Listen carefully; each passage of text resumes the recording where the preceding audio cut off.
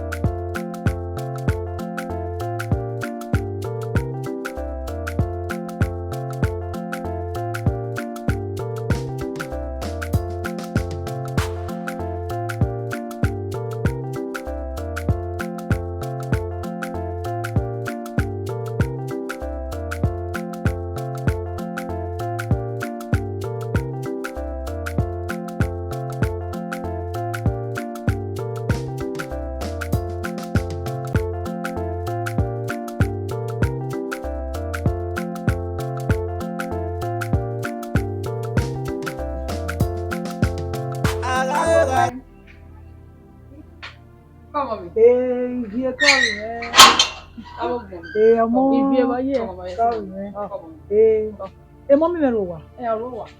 mommy, wake a hammer and a man. Yeah, mommy, what coming down? Here, the savage one.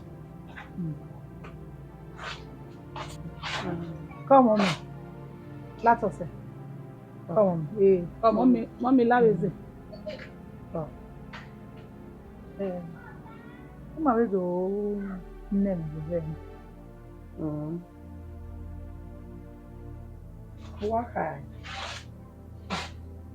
Then I will you then they start our have one thing. Yeah, to tweak here. Oh, yeah. To Dana here. Oh, mommy. What woman? Vivian of Sumukadera, I did. He married to up in no law one was so. Keke could have the manama being cool. Mulan Yabima, Yakama, to away, mommy. Emma on the I have why with you. Mommy, now, Yabon now, you go. We came in the way, and I came in the time away. Now, no Yabon, and where we will know your Megui, upon by Tiapo, the new cow. If we never worry of one time, near as a my waffle, no one. So, when I will, where we have him, Manakima let be my honor. No more of war. No guales, find a space in your heart.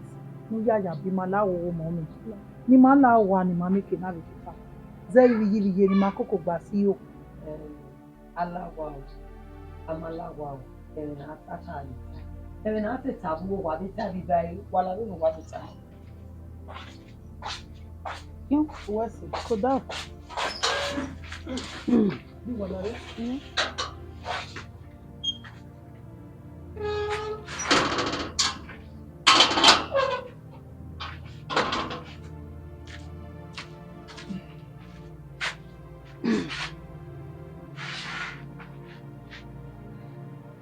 Mr.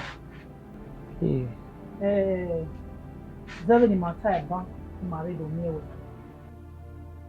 Or take a cake where ni marry Pale Baba, when you married daughter, my time you are me. Never know where a one of my hair is so tight in a time.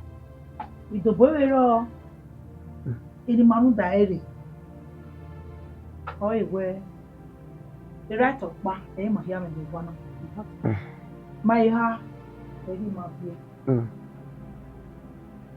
my hanana the right of woman ni ma do to be man ma ye nwa ya ko we ma ga ko ri ma o igbe oro wana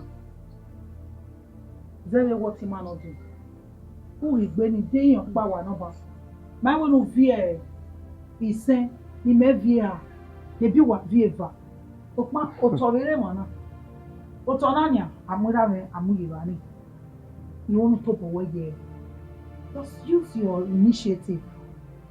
No ya to boy guys, they what man of mama worry. So money man say we e man na ira me wu say ani. We no je we he. Guy, e man on diary. Ono na no wa tana. Me me de mo gbe yi. E ro agenda.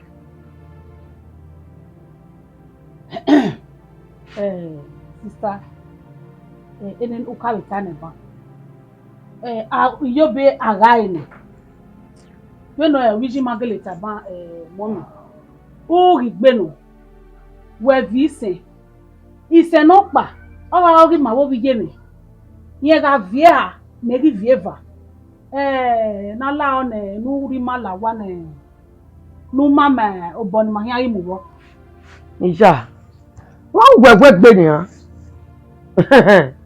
o gbẹ̀gbẹ̀ isa na ya kiro wọ́n gbẹ̀fín o ìlànà gbẹ̀gbẹ̀ na kiro làwa ni fi orí ebegi làwa mi ya visa nínú ogi sise ya visa no bi oyepo ni megebe le chi wa se o sister no na wa wono nana where ga ko ira me where ga e wo pa ke wa mo room we o to gedegbe wo pa wa mu wa ba wa wa ja oju ko ru wa we me bo ara we na ta sister la wo ihon re owo o use some of the rooms so ka ma we no pack here wo pa obonu e go owo e wo no pack here wa we gba a mo bo odion wo wa na yes, now we want to share of our father's property. Okay? How do you know the what about we tell 100 by 100 with 10 rooms? Mega mega. What's your worry? What's your name? Now, what mommy? You respect us, Johnny. I got here. Now, who can my who give our Carovian? Oh, even I don't move if I'm not something. Only when it's my way. You are Jakba. What have you? What have you? The poor Mugaba. I'll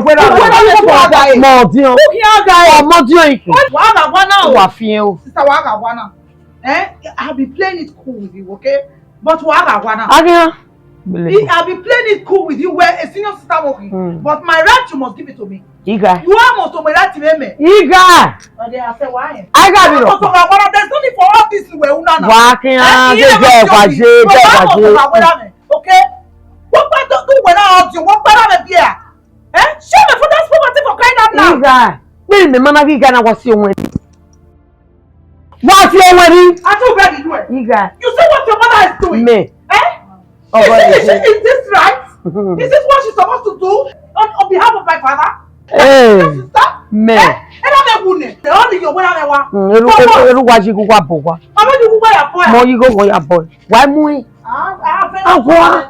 can you alone walk around with 100? Why didn't you why you pan wa se ti we ta lo la pa wa ta lo se o go na ba go se bo le kita wa dayi Mommy was soon na. Boki na. Ba me ba gbon. No ke kin ya de niyan. Ye mo mommy. Ta be ba bola we ba mommy. Why tu? Me o gbe ra me na. Me ọmọ dion. Mo dion ra me mo pe a. Me no ko mi lu e ya gra le ni ji wa. Ni no ko mi lu e o gre ku kwa. Eni kaw ehi abege ewe erota noro eita ikwikwera me biele mo dion mo nyakwa iga wasi onweri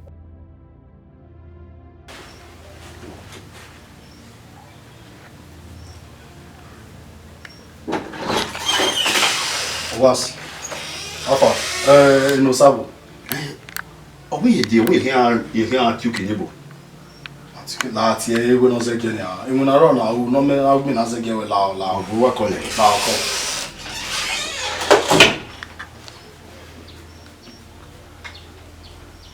O osasu. Enu sunu wa na we down yo. We bere. Abi mo pa no. Ino sunu. David West Bwakana Odame man no we gwasa. What sunu? Iwu wo ni ri wa na do ahe. Do ahe le gam na tada Benin no wa. We bere yan. Abi wo na we je. La real teme. Many problem with anything at all. Udame me ya go wa. Ime ya go wa na. Wa go sasu. We wini go wa kana. Iyen to bori ado me ho wa na do gai. Ado me ga mo no ga we so obodo wo ni re mi pa wa he ma gbo we. Larry, me menu we Bwakana. Oma no uga ne sobo. O kawari ege me. Iya gwalowa. Ya igwalowa fone. Igo me no roto udai me ime asa go dao. Igo me no roto odo ekori me. Ipa na. When we wata na. Uwe izi, uwe na gwalo uwe izi. We ze zozo. O fe sa mama nyawe. Uwe na gwalo izi. Oma, yigire wana na ihe. I got it. They no give me why. Oh, why is it me? Da know your way, cutler. Oma, I will be clear. Mama.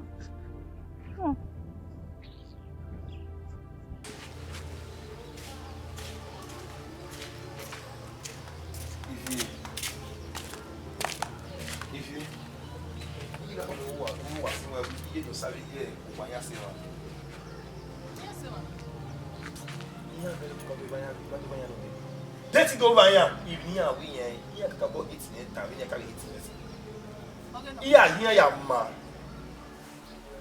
What is not talking about? Mutia. Inya de do mi otia. They no give you ugwe me nai. Ya do mi ya. You get it about. O we ya pa no do na gun yen kon ni ya. Ugwe le ya zeni. Ebi gele mu nya we ne. Wa we he o. How brother mata na dị n'ọgwụgwe wọyi dị n'ọgwụgwe na ha ukwela lewa umatu na yo boy fere ya pie yeke ye na miewe ya fe ke no se ke no ram ye na miewe ya you couldn't do anything what do afa pa ukwe era no bishugwe ewe fanoshi bibi ye rapo that ni gwe mo ya yo ni gwe o fi agun we tana enu gbere anything no how who when not matter matter I will keep telling you all the men we tani emotion giver all the men isi mo otion and I can let you make me now issue ka otion we out mo perupe we set it na you uwe pa opia nera pa ti o no ke o ma set it na ye mi ropa o ko be na pie gi yeke o ma me nu isi mo to be na be e je mo to be pia e be o ni gbo e ke ma gbe mo be se na la se be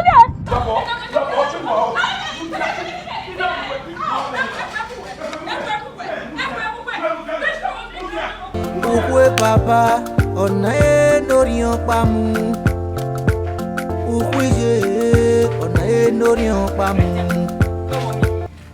my dear omo gbe ni opa so wa we se mutwe ko we se bi me ya yo awe we gbere do mi ma ya re ya padu ni mi enya we enusa edi onwa ya mo pa be mo wa ri fun wa na bo pa lu ya re kadera de wa gogo ide mi wan ma o gba ya kun awwa o we re ma ya re to gbero ni o promise me ya re ye okay nusa ko na re phone na tapping number we yo imi na me ya call we anytime we need we okay wa mi ti we no do to me no ba re mo ya lo ye yo wo ye me ori mo ye mo no we say yo yeah, mommy. All right. Come on. Let's see.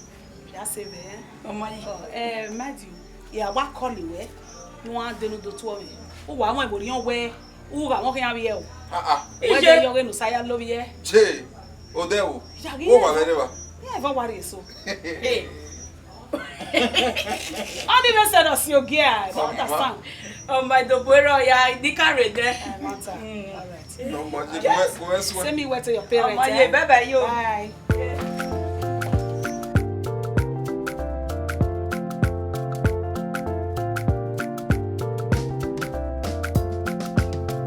Working away. Then where she? Ege baby. Tota. Afa. Oya gisting. Gisting Zekie. Then you just way. Emiya only one. Everything. I just pate for. Then no me I. If you do come away no way you done here. I do want to come and o make you to. Only ma come. Ogo done here, titoni. Afa, where here? Ege. Inusa. Omanu gwa manu. Mata. Omana ona gwa ro bege ya no. Me mother me ati atota without inusa. Hey, inusa magbe. Ha, erije be yaje. Ije gi mo. Hey. Ije gbawe. Ubi. Uriye bani. Ubi. Utie no sade. Ubi. Ubi o wale de me. So, egu mani. Owa nice. Omo ya ogbe we. Awa. Ọmọ we ori ko re no to a won na sabe ni ya we bi ye na ayi kore mo wan so ko ni o magbe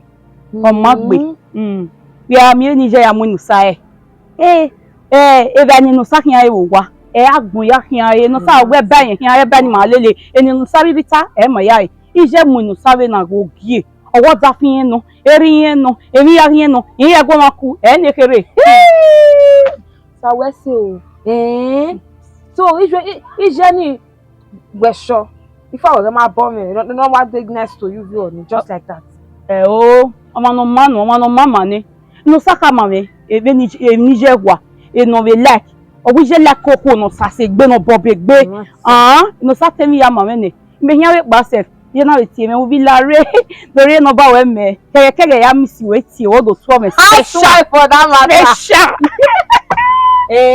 some woman was anyway. You are very lucky.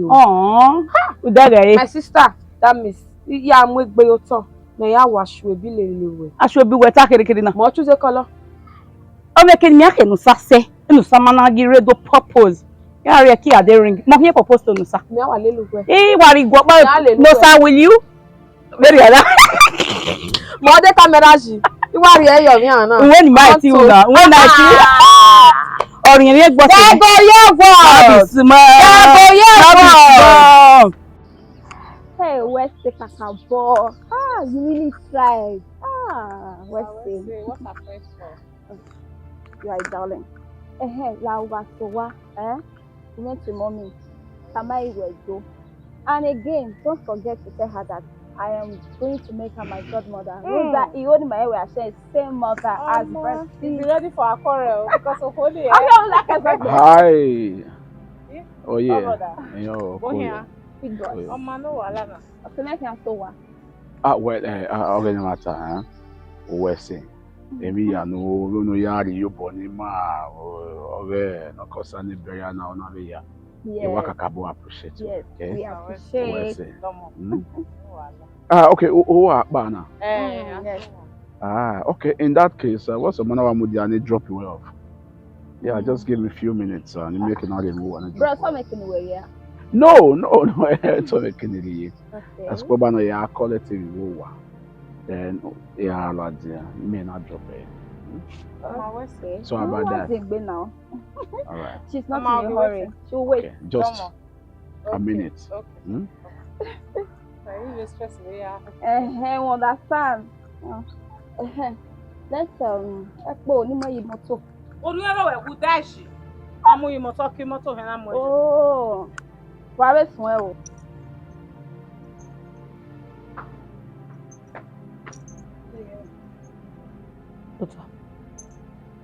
Tota.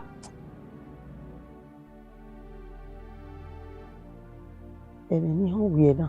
E tie we ba. Vie. Obi juwa gutuye.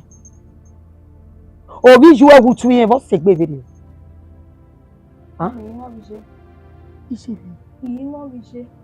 Ku da nya ga o bi ji me. Emi ni me ra o lo. If you ever way. Papa na pia. Papa na po. Papa na pa. Kisha. Era me here. Omo mi je abi. Era here. Ugbe o pe me. Hey! Igiogbe. Igiogbe. Ni amomori ayo mo. Ni amomori ayo mo. Ivie. Ebi wa.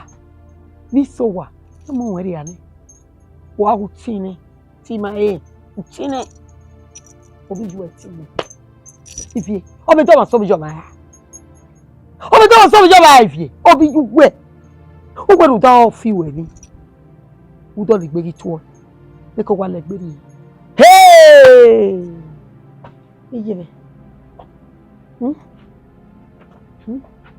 Igiogbe. Se oni pa we mi a.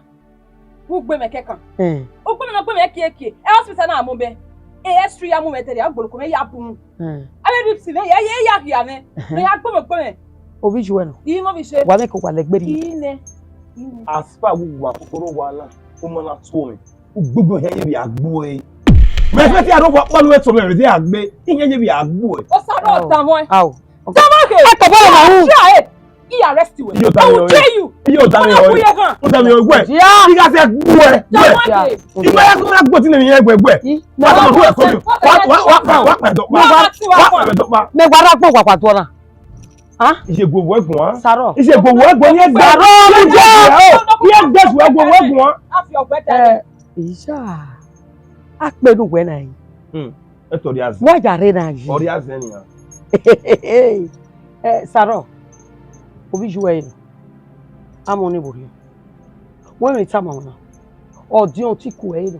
No ro bi mi. Apo lo nya. E di agbe na to me gbogbo e mi di agbe. O atu. Webo no mi ke kolo. Pe wo ko. Wa ro ye. Mo un de bi wa be iso wa gi o e u na. So pon pa va no. Me ti aro wa na. Ma bu we aro wa no we si da me aro bi juwe. O wa da ji video. Webo Saro. O le se mi. Tell your no mommy, look am no feel you. Onyi mo bo. Ma bo no, ma Onyi fi mo out. bo. We o ke ma na gbogbo ro. Yo salo bo ni ra ni. Ya ise gbo mi na gbo ti le mi le pe. O ke fi beri e. Aw egbe. Ni igbe. No ya fi e ke no ma keke. Mo mo ro be u be ba ro me ba. O ni se ma bu go pare ma. E mi we fo yo go. Oma. O ni se igbe. Oko no. Mama. Mi ai gbe ni no la re o gele do sunu mederi. We ni e fo bi agbe. Bu wa ni na. O di ase bori ya. Aw. Ebi wa bi so wa o bi se na ji mo wa na. Ya si oligi jo mo wa na. Hey! Vivian papa pekwe. Oga eje me no ye o. Vivi je pekwe. Vivian papa pekwe na la o. Vivian papa pekwe. Hello? Akoga ubwe baba o. Akoga baba o. Yo, Buta. Mom, see where you are. I hope she's fine. Good. Oh, at once, Abua. Well, Well, my do okay with you. We're fine.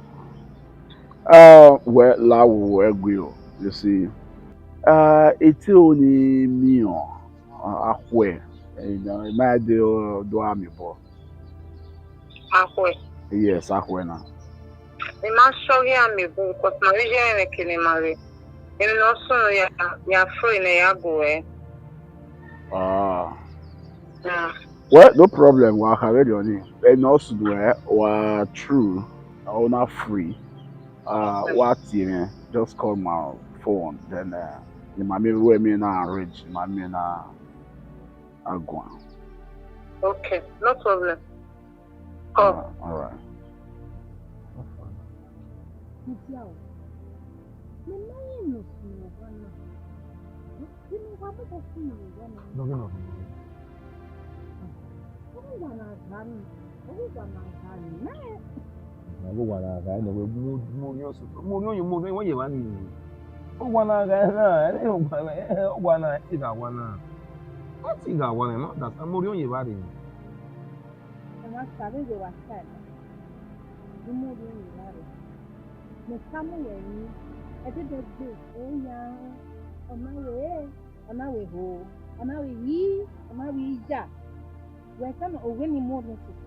like love. Ege pa fún owodo, eja fún ma fún àwọn. E wana Iyen o odun. Iyen ha, era me no kwa bie, Iyen mo odun. O mo odun o ri ku won. So, ni ni ke gba gbin ke kan ni ni de odun. E kini e wona gbin ese. I'm ever ready. Ni agbin because e right Iyen e gbin na de. O mo odun o ri ku won. That may be opiya ya sin to to ban ni ahun. Aso Iyen ha ifipo ya sin. Odun ri ku won. Iyen me to so fun we ni ya fefe. So what the fun afian we? Iyen le wi o. Iyen na bi do akoko gbe. Iyen mu wa. Iyen mu wa. Iyen mo no kwa pe Iyen mo ga da me yo to ze. O ze go mi right. O ze go opo. O ze ga hokmo yo tun. Yani ke ma o fa 1 hour day. Ma na, obi ma ya nwuyan ni mo ya hokmo le ji won. Iyen ma ri ma keke yo fe ni lo sta na ogbe wa mo no lo gbe le obran akon we de ri. We wa ko duro. Ori bu ni ni do agba lo ko e. Akite. Imi no ko pebu, iyen ma gbe ale won. Yanga ya mo David ya mo se muji. Ori bu ni ya. Ipo ko ti azin, ori do ari yan ori han do. Iyen se de o, iyen se ya. Ije so ma fi an we. Ya wa gbin ajo. Iji mi abi to se we ti mo ko he mi yan wa na. O do kin la le di. O do kin la le je so ma fi an we. Mama tu kai.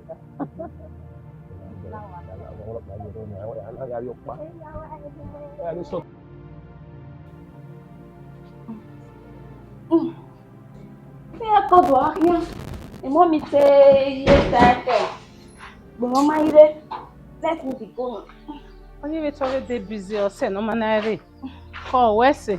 Yo. Me no understand the bro sai. The way no ya tie me.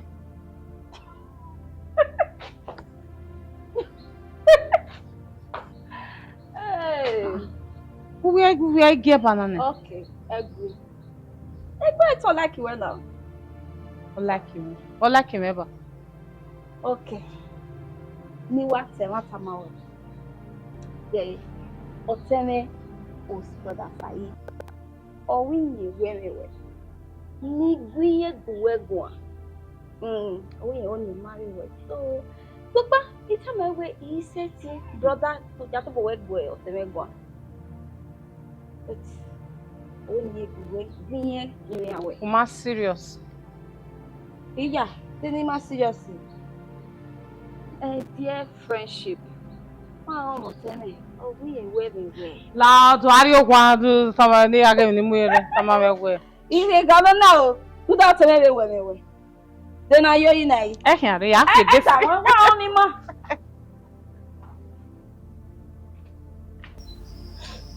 Oji mo ti ewe. Na wa wo yi ko no na.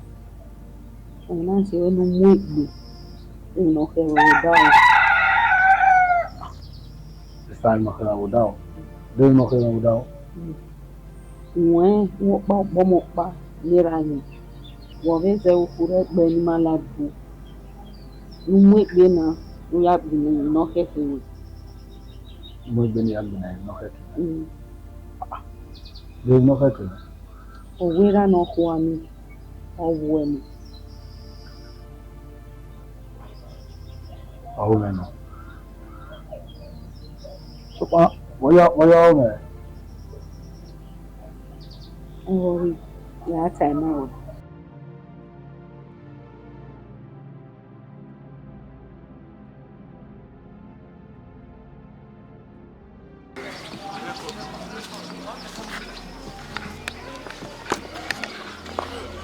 Come com fún ẹ. Ona Osuno. You don't understand. Ja. You don't understand. You go come one no we Osuno. We be da gbaje na. Wọ́n bu ya gbéra bi o gbéra re. Iyen le we ni yan le we o bi la leti. E ri le. Okay, agari dagbo. E ku me mu we a. E ma se a. Wa mi o bi la leti. Iye mi ato se we se mo yan bi o gwana wo. Off. Don't know we go na. The next landlord they will book one. Oh no we are go. Landlord in advance. La semi. Say wa ni aí. Yeah, ori ni we gbe. Ori ni we gbe. Ya la wa. O ki na wa si wo wa. Na gbe yen ko. Iya sa. Yes no. E wa sa. Ya hon. Ka mu jale we ka ki ani e na. We ki hon. O de ni gboko na yan. E wo da pa. Yan. Lórí ọ̀pá mu. Ukwije ọ̀nà lórí ọ̀pá mu. Ukwe baba o ọ̀nà lórí ọ̀pá mu. Iye o. Arọgwa na. Ihe arọkwa arọgwa. Arọgwa. Mommy, go here. Come, mommy, love you. If you come, Come on. Iyen. Arọgwa. Ya tiẹ̀ mi. Vivian! Go and call your mother. Ijuere.